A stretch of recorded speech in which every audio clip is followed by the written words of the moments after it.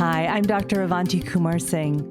In over 20 years of practicing both Western medicine and Eastern healing traditions, the most important thing that I've learned is that healing is a journey we take together. So on this podcast, I'll be demystifying Ayurveda and other integrated medicine, showing how these simple, ancient practices are the keys to unlocking a healthy modern life. We are all healing catalysts because healing starts within. It starts with you, and it starts right now. This is a Soulfire production. Episode number 91. So how is creativity connected to our health? Well, this is a question I really wanted to dive into and explore this month on the podcast. Welcome back to the Healing Catalyst podcast, my friends. And if you're new here, welcome. I'm Avanti, and I'm so excited to have you here with me. Every month, we choose a new intention to explore. And this month, in June, we are exploring creativity and our health. You know, I've been thinking a lot about creativity as I've had a lot of time on my hands going through my cancer healing journey. You know, my entire schedule got completely canceled, and I find myself with a lot of time at home resting. And I've just been trying to find things to keep my mind occupied that are not work related. And a few weeks ago, I started painting and knitting to keep my mind busy. But what I've found is that more than keeping my mind occupied, painting and knitting has ignited my creativity, which has led me to feeling a little more energetic and optimistic and motivated to go for walks even when I'm in pain and to sit in meditation even when I'm feeling restless. I found that creative outlets have actually affected my mind and body in really positive ways and wondered if this is true for others as well. And so I sent a few messages to a few of the most creative people that I know to explore creativity and our health. To start us off, today I'm joined by Maria Cornejo, who is known for her sustainable design and fashion. Born in Chile, Maria moved to England as a political refugee with her family as a child. Her varied career spans London, Paris, Milan, and Tokyo, with her signature Maria Cornejo collection, and work as a creative consultant for major retailers such as Joseph, Tehen, and Jigsaw. In 1996, Maria moved to New York, where she transformed a raw space in Nolita into a highly creative atelier and store known as Zero and Maria Cornejo, and started making garments with upcycled materials. A champion of women in the fashion industry and beyond, her work is guided by the idea of creating wearable luxury for real women. And of course, her designs have also been worn by many amazing women, including Michelle Obama, Serena Williams, and Tracee Ellis Ross. Maria's long-term commitment to local manufacturing and responsible design has catalyzed many conversations of change in the American fashion industry. She's won numerous awards, including the Smithsonian Cooper Hewitt National Design Award. In 2010, she won the first CFDA Lexus Eco Fashion Challenge, and in 2017 was awarded one of the top 3 prizes in the CFDA Lexus Fashion Initiative. Maria is also a founding member of the CFDA's Sustainability Committee, and in 2019, she was appointed to the CFDA Board of Directors by the new chairman, Tom Ford. In our conversation, Maria shares her journey into the fashion industry, from being a young immigrant in England to establishing her brand in New York City. We discuss the importance of sustainable fashion and how Maria's designs aim to make both herself and other women feel good, emphasizing the need for harmony in all aspects. Maria also opens up about her experience with breast cancer and the valuable lessons she learned about self-care. She highlights the role of creativity in her health and well-being, the impact of nurturing one's creativity, and the importance of finding happiness in the small things. I'm so excited to share my conversation with Maria Cornejo about harmony in design and life as we explore creativity and our health. Well, hello, Maria. I am so excited to have you on my podcast. I absolutely love your work. I'm a big fan of yours, and getting to talk to you on my podcast is just so amazing, and it's so exciting. So thank you for doing this with me. Well, thank you. I mean, I'm a real fan of yours, so the feeling's mutual. Well, thank you. I would love if we could start out by maybe you telling us a little bit about your background, because I don't know how many people know your work and follow you in fashion, but I would love if you could tell us a little bit about your background and how did you get into fashion? Oh my goodness. Okay. Well, it's I'm 60 years old now, so it's a long story, which I'm going to try and condensate in a very short amount of time. I mean, I grew up in Chile, and when I was a child, my parents were creative, and I thought we were always going to be there. I was just used to make clothes with my grandmother. Then, because of political situation, because of 9/11 in Chile, we left and we became political refugees. So after that, my life really changed. From Spanish is my first language, English is my second language, and we ended up in Peru, and then in London. Originally, we were going to go to Cuba. My parents were real socialists. They had totally brainwashed me that we were going to go to Cuba. And then the day that they would come and get the refugees from the different refugee houses, at the time I think we were in a church or something, I can't remember. And we missed the plane because they would come and just say, okay, today we have 5 seats on the plane to Cuba, or 5 seats to. My father had applied to Cuba, England, and Canada because he could speak English. And so we missed Cuba. So the next one that came up was England.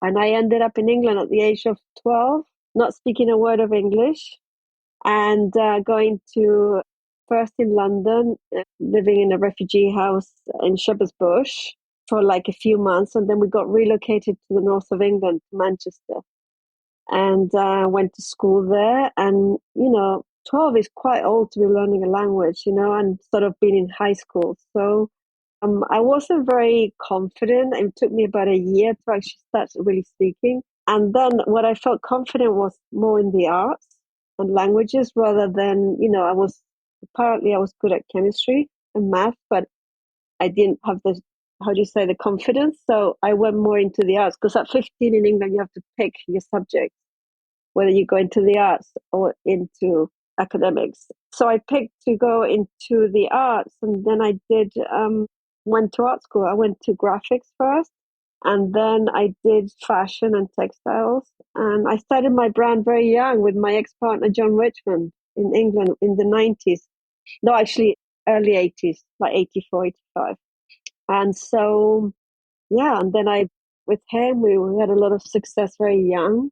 I was terribly bulimic at the time because I was 23 with 20 Japanese stores opening in their own name and traveling all the time between Japan and Italy. And, I didn't realize what a toll that took, to be that young traveling on my own. I was on my own all the time traveling, like getting into weird situations. I mean, I had so many like lucky escapes where things could have gone wrong, Hmm. as a woman, as a Yeah. girl, Yeah. incidents. And so then, what did I do then? So then we split up in 1988. I moved to Paris. I'm trying to condense all. Moved to Paris. I did my own collection for about a year. And then I decided I wanted to learn on other people's time and money because I was really young and I was really overexposed. And I just wanted to go and work for somebody and be sort of private. And so I got married at 26. I moved to Paris. I had my baby girl, Bibi, who actually listens to your podcast. So I hope she's going to listen to this one.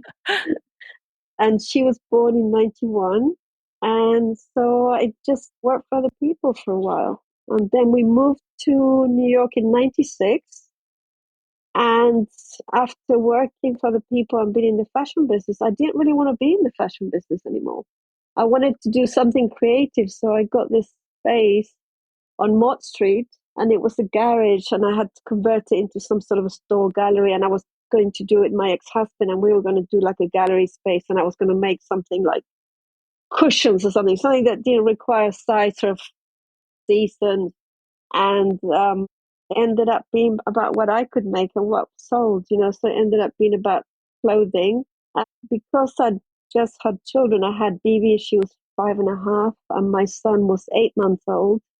I was very aware of what we leave behind, and also on the points of sustainability, but also as a woman, changing sizes and being inclusive and, moods and how, even though I was a mom, I didn't want to look like every other mom here. I just, at the time, there wasn't much fashion in New York. It was just the big labels or Gap. So I started designing quietly and making everything in one place because I didn't want to travel anymore. I wanted to be based and be able to go home every night and see my kids. And this, this came about because I spent a year like getting the space, and my father was dying of cancer. So I was pregnant with my son and going to England a lot. And even though it was sad, I also call it my magical year because I was able to be so present and spend time with my family. And when do you really get that? Right. Right. So you made such a big change. I remember you sharing the story with me before over lunch. And it's just so fascinating because you had so much success right out of the gates from fashion school, like quite immediately. And it was a whirlwind. You didn't have to work up to that. It just happened for you like magically and beautifully. And you have so much learning in that and had so many iterations of your brand before you even came to this current brand that you're in right now for the past 25 years. Yeah, no, I mean, I think also, we were very young. And at the time, in London, everything was possible. We had Japanese backers, we had Italian backers. I mean, it was the 90s. So there was a lot of money around and people, they love, now there's like thousands of designers. At the time, there were very few, far Right. between. Yeah. So I was very lucky to have been part of that. Yeah. So, how did you come to focus on sustainable fashion? Because that really is what you are so well known for, in addition to the fact that you design for women, for real women. My sister always says, and I love this line that she says about you, is that you design for women like you absolutely love women, like you love being a woman and you love the woman, the female form, and you understand how we change. But so let's start with, how did you get focused on sustainable fashion?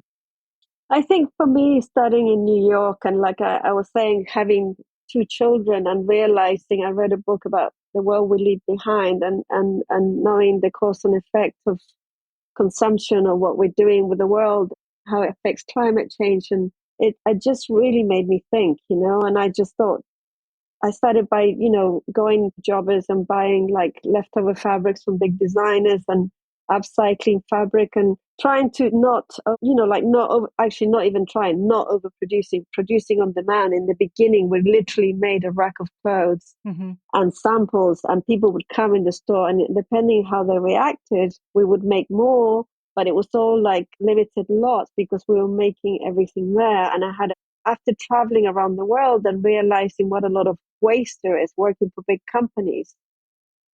One time I was actually in China, in Hong Kong, and with the president of this French company I work for, which shall remain nameless, shall we say. Yeah, for sure. um, um, I realized that he was nickel and diming over a sweater over $1 or something. Meanwhile, we had flown there in business class. We were staying in a really expensive hotel.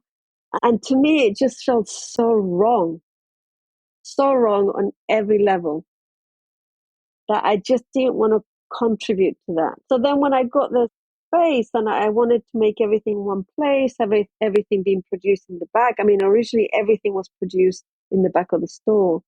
So we were really producing on demand. So we weren't overproducing like a lot of big companies, they overproduce just so they can put things on sale.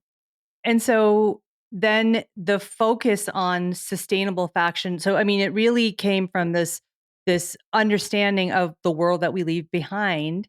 But then what does sustainable fashion mean to you specifically? Like producing it, is it just producing, because I'm not from the fashion world, but is it just producing only on demand, or is there more? I mean, I imagine it's about the way the materials, the fabric is made and produced and all of those pieces. Yeah, I mean, there's so many. I mean, if you look at the UN Sustainable Goals, I've got them up on my board. I think there's 17. It's not just materials being, mm, you know, sustainable wherever possible. It's about people. It's about water. It's about working locally. It's like basically minimizing also the processes.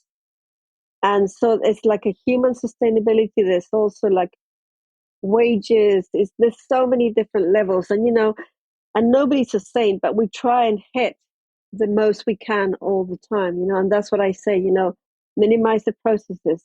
Fabric doesn't need to go from here to there. If we can bring it in and make it here locally, if we don't have to have a zipper in this, there's very rare, most of my things don't have fastenings. I mean, this is rare that I'm wearing a shirt with buttons on. I mean, most of it is pull on, it's pretty straightforward, and trying to get creative with less. And I think there's so many levels of sustainability. It's also, human cost. Sometimes I complain that, we're sustainable, but I don't feel that, like in the last few years, I've had to look after myself because I told you I had breast cancer, and I was running myself ragged between work and getting divorced and getting a home. And there's just so much. It's not just purely on the material level. I realized that I wasn't actually being sustainable to myself, and I wasn't looking after myself in a way that I should, Mm-hmm. you know? Yeah. So it's on so many different levels, which, as you're saying this, I can feel how aligned it is with Ayurveda, right? With this idea of living in harmony with everything in our lives, right? Because what you're talking about is your creativity in fashion, but actually understanding how it connects to everything in the world, whether it's resources of fabric, material, time, humans, your effort, your energy, right? Even the space Mm-hmm. that you're using, the materials you're using. And Ayurveda is so much about that. It's about taking into consideration, how do we connect with the world around us and all parts of our lives. So I think it's really interesting. And so if you think about it from that perspective, how do you see, I mean, a little bit about Ayurveda. Do you see any of those principles in the way that you work or how you approach design? Yeah, I mean, it's like, I think we're all connected. Everything is connected. So energetically, it's like you say, I design for real women. I love women. And I was very shy as a child. And if my mother hadn't died when I was 14, I probably wouldn't have done anything, because I used to follow her around. And, my sister was very confident and, very beautiful. And I was always like a chicken behind, following my mom around like a shadow. And so in a weird way, I just think for me, creating clothing that makes me feel confident or makes me feel good, and it also makes other women feel good, because I know how it affects everything. And how, if you feel good about yourself, if you feel confident, like clients, artists, whoever said to me, well, I wore that and I got the job. And I just think it's something that we sort of, everything needs to be in harmony. I mean, I'm very sensitive to noise, to like right now, my office is a mess and it's driving me insane because there's so much stuff everywhere.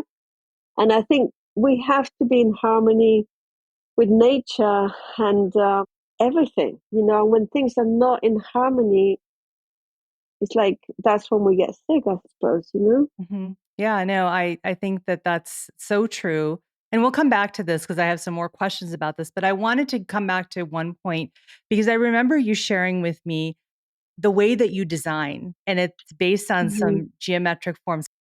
Can you share that? Because it's fascinating and it brings to my mind so much of nature in this, because it's geometry and it comes from nature. I don't know.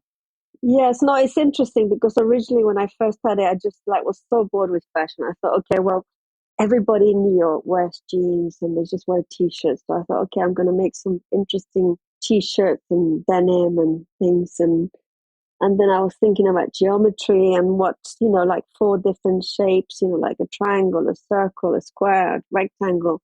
What basically, depending on where you put the neckline or the armholes and how it drapes on the body, how it becomes about the wearer. And it doesn't matter where your shoulders are, it doesn't matter what shape you are, it just flows off your body.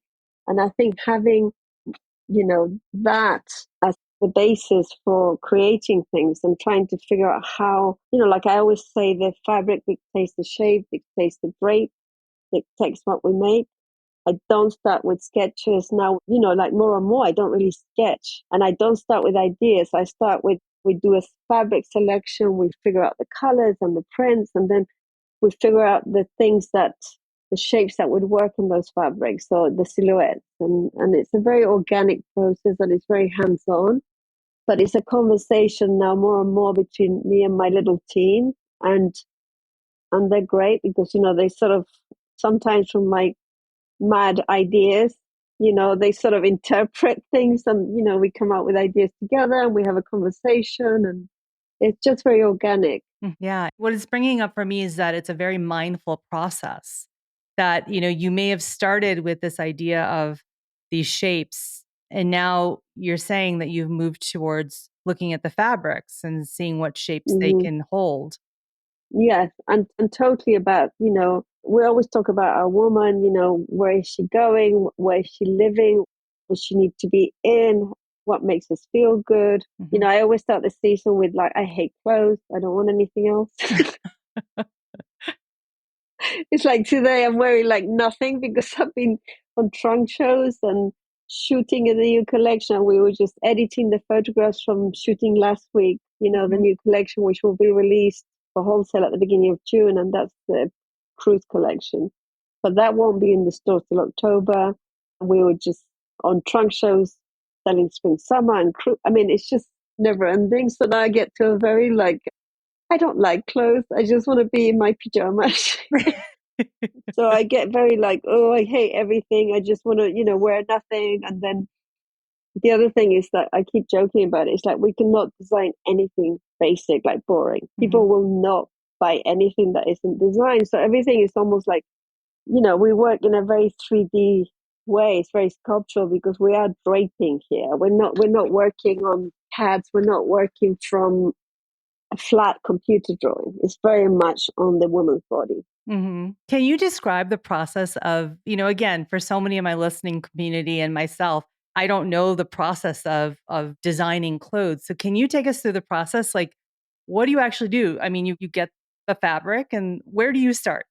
Well, first we start with the fabrics that, which are the core of the collection, the fabrics that don't really change every season. And go, okay, that those are the fabrics that we will recolor.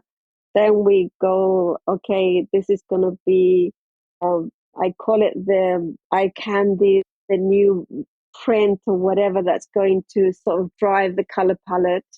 And the fabrics that will give us new shapes and things that will push the design ideas forward, because we do have a vocabulary within certain fabrics, whether it's the eco denim or the silk. you know we just did recycled cashmere.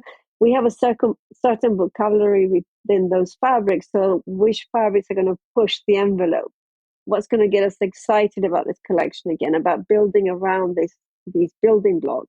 And so we start like that, and it's just a lot of it is about a feeling, to be honest. I mean, this year more than ever is because it's the 25th year. I went through the archives, and that inspired new shapes, and going back to the geometry, really been going back into the geometry of it all, and refocusing on what still feels relevant, and working on some things that just the early version of that, which was probably in 2000 or 1997, I think. And then now to what does that look like now? What's the new version of that? And it's how we evolved an idea. And like I was just editing the photographs with the team, and I was saying, I like repetition, I like evolution, I like things that, to me, it's like there's so much stuff right now that there's, women, once we find the shape that we love or things that make us feel good, it's not like we want something totally different.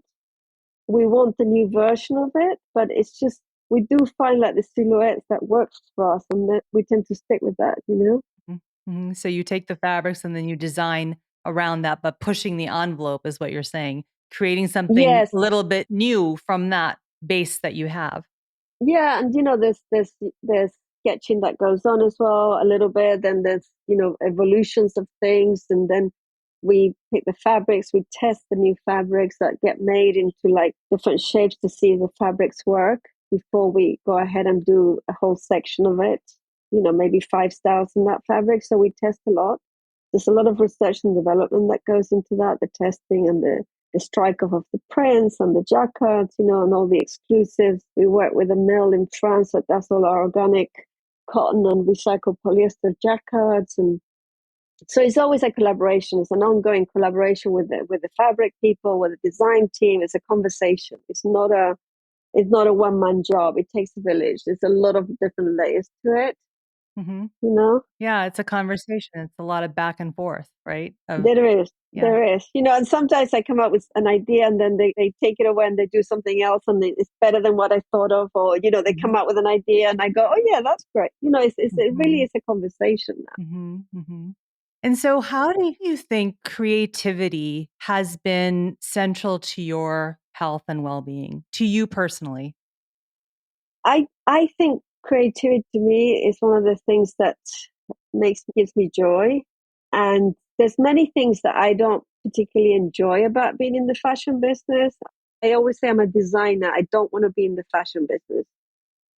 Um, and creativity to me, to work with a team and to come up with ideas, that is really inspiring, and it sparks a fire and it gets things moving. And for me, being creative is like I look after myself almost like an athlete now.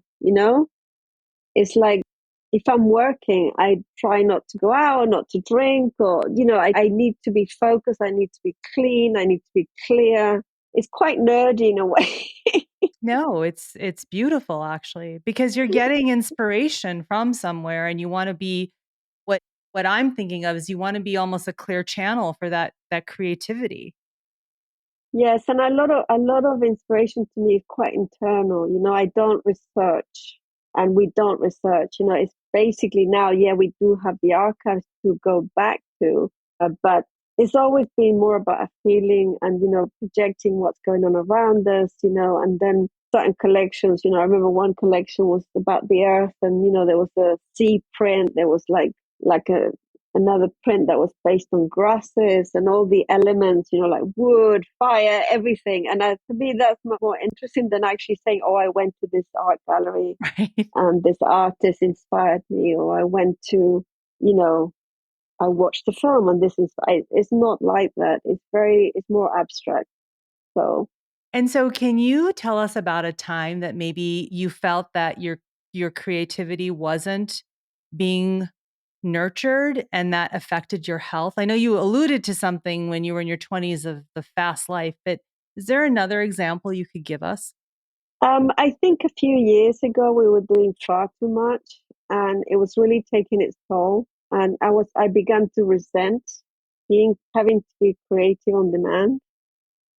So what I've purposely done over the last few years, and also because of COVID, we reduced the size of the collection and we condensated everything, because I thought, well, there's no point having a sustainable collection if we're killing ourselves doing it. Mm-hmm, mm-hmm, And so for me, it was like, I always say, we're not brain surgeons, but we're bringing joy to people, and it needs to feel joyous. It needs to feel like we're love. It needs to feel like that in order to create that. It mm-hmm. can't be just ticking the boxes off. Right. Well, there's an energy to it, right? Their energy is everything. That's my belief. And the energy that Yeah. you put into whatever work you do, including designing clothing. And I think that that is something that's so unique about you, because your love and joy comes through in the forms that you create, because it makes women feel so good. I feel amazing when I wear your clothes. I mean, I feel beautiful. I feel comfortable. I feel like myself. And that I feel comes from your joy and love that you're putting into the way that you create it.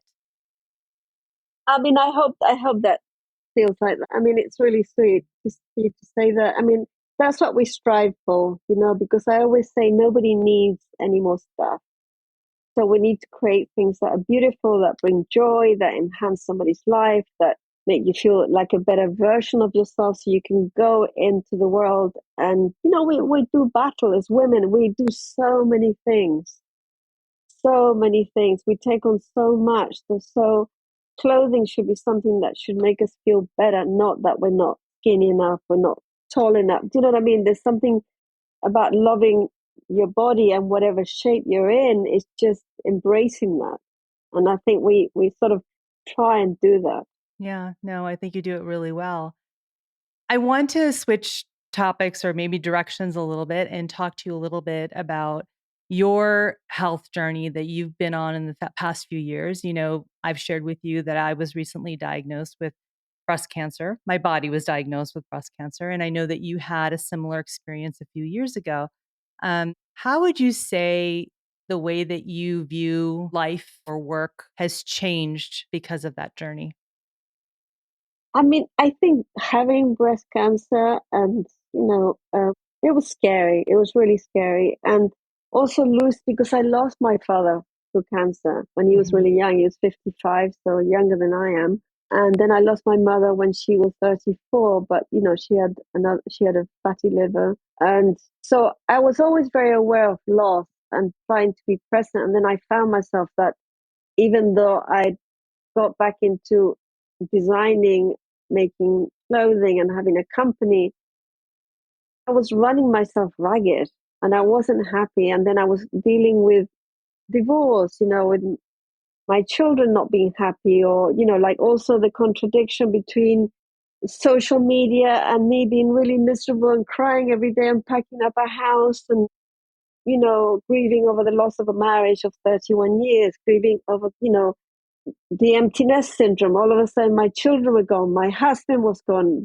everything that my sense of purpose, which was my family, disappeared for a while. Mhm. And it was really, I'm getting quite emotional, sorry. It Oh, please. was really quite painful. But, you can't really say it because you have to be the grown up in the room, and everybody's coping with their own grief at the time. My children were coping with their grief.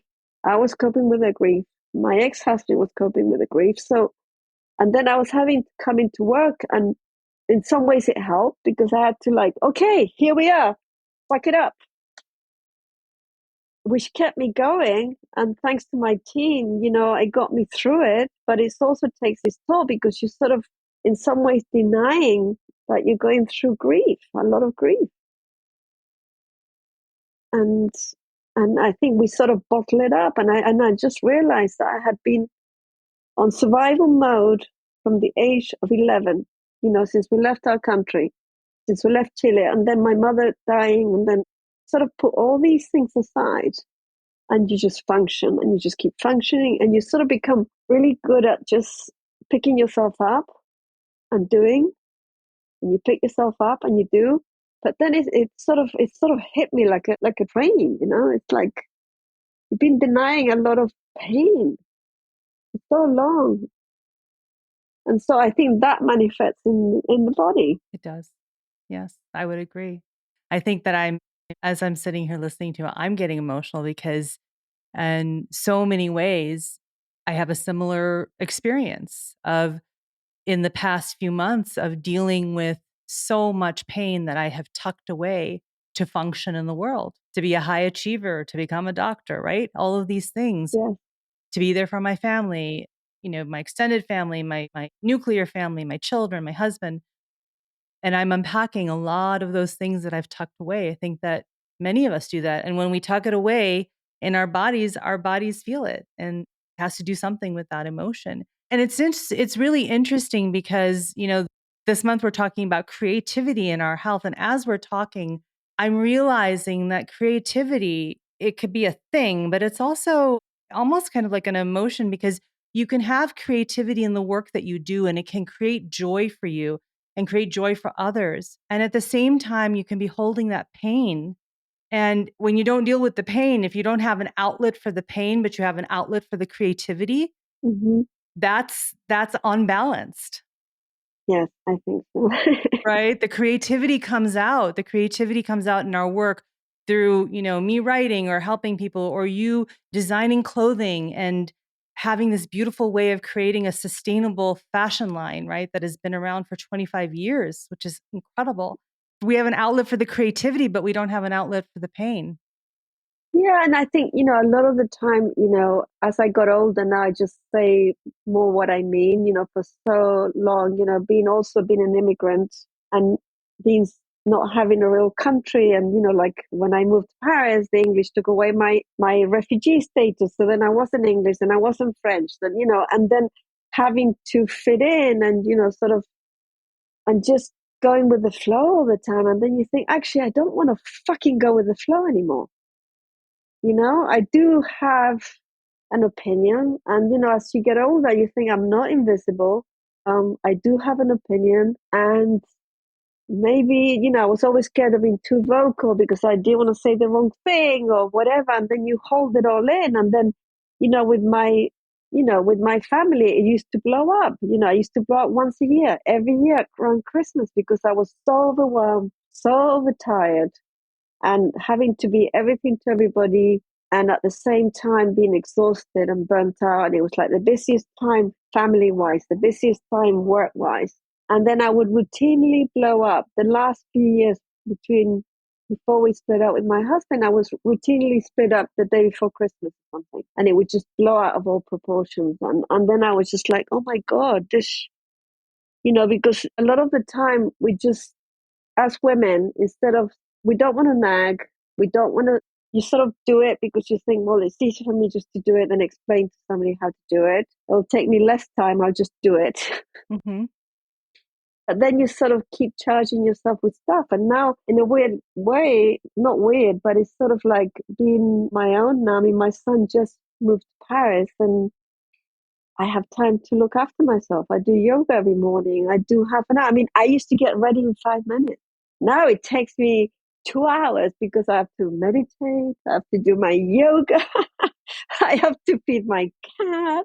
I have to look at my plants, things that make me happy, little things that make me happy. So it And sounds sort of, like some slowness. You've slowed down a little bit yeah, for your which, own personal care. yeah. And also, I think it's also for everybody around me because you cannot drive anything if you're not in a good place. And, for me, I always wanted to have a really good atmosphere at work and I love my team. And to me, I always, I remember one of my assistants when I was younger saying to me, you spend more time with me than your family. And so it's like my other families, my extended family. And you want to have a good atmosphere. You want to be present. You want to be joyful. And I didn't want to come in and be in a foul mood. And so I was, there was nowhere for me to be myself because here I was trying to keep it together. At home, I was trying to keep it together. And then you sort of realize that there was no me. I need to be grumpy in a room time and just detox from everything. And my husband worked from home and he was the opposite. He was like doing yoga all day, doing his work and meditating and cooking. And then I realized all the things that brought joy. I did all the boring stuff like paying the bills, making sure that the toilets worked. Oh, I was like the man in the house. And so I would go from working to being that at home, making sure the kids did their homework. So it always felt like, okay, this is not really balanced. Mm-hmm. Mm-hmm. And, you put a lot of pressure on yourself because as a woman, you're really sensitive to everything and everybody, and you want everybody to be happy, but then you end up making yourself unhappy. Yeah. Yes. And you're sort of stepping on eggshells all the time. Mm-hmm. And you don't want your kids to hate you because you haven't seen them all day, but then again you have to get them to do their homework. And so it's like a constant sort of juggling of where do I get to be me. And now it's sort of 60 and I'm on my own and I'm sort of get like my alone time and it's sort of finally accepting myself that, okay, I'm not the greatest cook in the world. I'm Mm-hmm. not the most interesting person in the world, but it's fine with me. I'm enough for myself. Mm-hmm. And there's more self-love than there was when I was younger. Yeah. Acceptance. Yeah. So what do you think the biggest thing is that you've learned from your journey with cancer?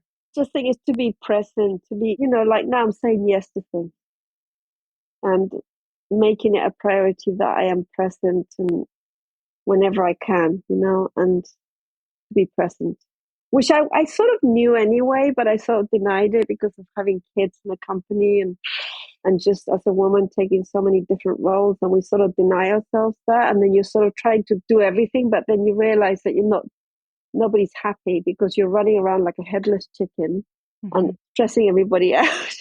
Mhm. Mhm. So it's better to be in a good place and, happier with yourself, because then that energy also translates to your creativity or your children. And Mhm. and it's with me, with my kids, my husband was the one that pushed the creativity with them. They always say that I'm the one that made sure they knew how to make lists or be on Mhm. time, and I just like thought, oh my god, I'm so boring.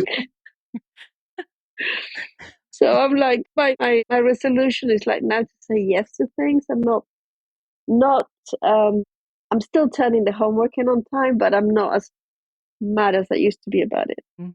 I love that. I love that.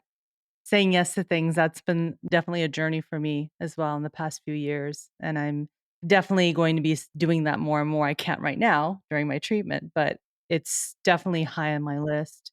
But the other thing that I learned about it is I never asked for help. Mm. And that was one of my things. I didn't know, because my mom died when I was little. So I was always very independent. But then you sort of now you go, I actually need help. Can you help me with this? Mhm. It's like, even though my husband and I had split up, when I just had the surgery for the breast cancer, had the biopsies and stuff. And I said to him, can you please come and cook Thanksgiving dinner? And that was so lovely Mhm. to be able to ask and for him to say yes. And, we don't ask, we just keep doing. Mm. And, and people want to help sometimes, They but we do. don't allow them to help, Yes. Yes. Yeah. and I'm sort of learning to ask for help. That's been a big lesson, Mm. I love that. and accepting it. Yes. Asking is one thing, accepting it and receiving it is another. Yeah. They have to go hand in hand. Yeah, I think it's a beautiful lesson to learn, and it's one that also lets a lot of the emotions come through also, you know? These are Yeah. ways when we say yes to ourselves, when we put ourselves first, when we ask for help and receive it, we're also allowing ourselves to flow with life and to be present, as you said, to what's happening right now rather than denying ourselves of these things, right? Yeah, or I just asking, and it doesn't mean that you will receive, though somebody's going to run to you, but at least you ask and you put it out there. And, it's like, even with my daughter, I said, I'm going to come and see you. I said, I'll try to be as least annoying as possible. Yeah, yeah. But it's just being honest and just having that honest conversation. And I think, especially now that I have grown up kids, it's so beautiful to actually get to know them as adults. Because when they were young, I was so busy working and so busy just making sure that bills were paid and the school was dealt with and this and Mhm, that. And now to actually, like last year, I got to spend 5 weeks with my daughter in Portugal, and it was so beautiful to be able to just be there and just be around. We were just together, and I hadn't been able to do that with her since she left home. So it was really like a magical time as well to be present. And I got the same with my son because he just moved to Paris now, but he was living with me. And I said to him, it's so beautiful that I got to know you as an adult. I took him out for dinner. I said, it's not often that as parents, I left home at 18 and my dad didn't really see me after. So to have my son at 25 still with me part time was really special, and to actually get to know them as adults. mhm, mhm. No, it's a beautiful thing. It is. I'm experiencing the same with my kids. They're a Yeah. little bit younger than yours, 21 and 25, but I'm really getting to enjoy them as adults. And, these amazing human beings who have all these thoughts and opinions and ideas and aspirations. It's really wonderful because just like you, I was the person who was making the list, making sure homework gets done, running them to this, that, and the other. It was always something else to do, right? Yeah. But the interesting thing is that there's so much smarter than we are. It's like, and now I just feel really stupid all the time. They're so smart. They are. They're way smarter, but they've, in Yeah. a way, I don't know if I think my brain would explode if I had any more information in it. What do you think the future of fashion looks like, Maria? Oh my God, if I had a crystal ball, I think, people would be more conscientious, especially at the younger generation. I think what's interesting with all this is that the new generation are much more aware. They are going through, like, they're buying more upcycle things or sustainable collections. But the future of fashion is also hanging on the balance with all the science nerds, which I love. There's so much new development.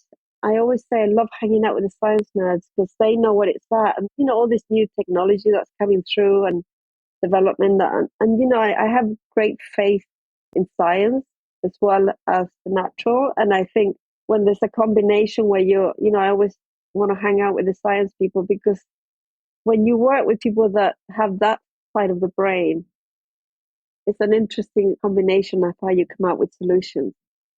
And one does not exclude the other. Like you found that, no? Mm-hmm. Yep. Yeah. It's really fascinating. But there's so much new development happening. And I just think the main thing that I would love people to be aware of is just the cause and effect, and how much we, like I said, what do we leave behind and what do we lead by example? That's why I always wanted to produce in New York, and not wherever possible. We produce 85% of the collection here. And I think it's just being aware of your footprint in the world. And I think the kids are doing that, and they're consuming mindfully. I'm not saying everybody, but there is more of a educated consumer that is mindfully consuming, and they're consuming less, but they're buying the right things, so that they're not going towards too much fast fashion. They're sort of consuming in a way that is with a conscience. Mm-hmm. Can we do a few speed round questions? These are fun questions that are meant to let the listeners learn a little bit more about you. Are you up for that? Sure. Okay. I promise they're not hard. So complete this sentence. Fashion is? Oh, beauty. What is one myth about fashion that we need to change? That you need to be perfect. It's not about perfection. I love that. What is something that most people don't know about you? That I have a sense of humor. You do. What is something that people often get wrong about you? I think some people think I'm boring, but I'm not actually. I think I'm quite funny. I'm You funny are. peculiar, not funny haha. I'm a bit nerdy. I think you're fascinating. What is one thing that you're excited about right now? Oh my God. You know what I'm really excited about? I'm going to England. I'm going to see my grandson turns 1 tomorrow. And I'm Oh, so excited about seeing him. amazing. And my daughter, who just turned 32 yesterday. Oh, No, that's actually not wonderful. yesterday, on the 26th. So wonderful. On Friday, she turned 32. And, just to see them and be with family, that makes me happy. Yeah. What is one thing that you're deeply grateful about right now? Being alive, that my kids are happy. I Mhm. think the number one thing is that my kids are happy. That is everything to me. Yeah. That makes me happy. Yeah. Of course. Of course, we want our kids' happiness and our family's happiness. Yeah. So this feels like a good place for us to sort of end our time together on this episode, on this interview. Maria, thank you so much for doing this with me. Thank you, Avanti. Miss you. I miss you too. This has been beautiful. I so admire you and your work. And you have got me through so many things. And I'm just very grateful Thank to you. you. Thank you. That means so much to me. Thank you for doing this with me. Thanks again for listening to The Healing Catalyst. If you love what you heard, please hit follow and pass it along to a friend. And if you're feeling really inspired, please rate and review so that others can find this podcast more easily. To learn more, head to avantikumarsingh.com. And to connect with me directly, find me on Instagram at avantikumarsingh. I'll be back next week and hope that you will be too. Until then, remember, with the right catalyst, you have the power to activate your own healing, because healing starts within.